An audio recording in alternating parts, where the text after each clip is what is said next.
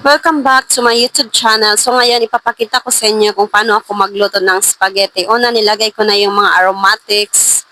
Then gisa-gisa ko lang. Then sinunod ko naman yung corned beef. Hindi na ako nagpagiling pa ng pork or beef. Tsaka nilagay ko na yung hotdog at tsaka spaghetti sauce. 1 kilong spaghetti sauce yung nilagay ko sa half kilo na pasta para hindi siya masyadong dry. So, nilagyan ko din siya ng Angel Creamier.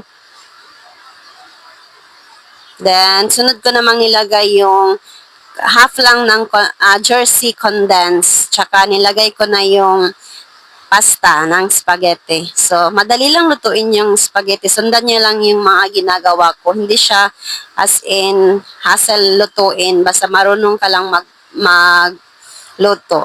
Sundan nyo lang yan. So, may panghanda na tayo sa birthday. Pwede siya sa lahat ng okasyon. So, paki-follow na lang yung channel ko. Then, thank you for watching and be kind.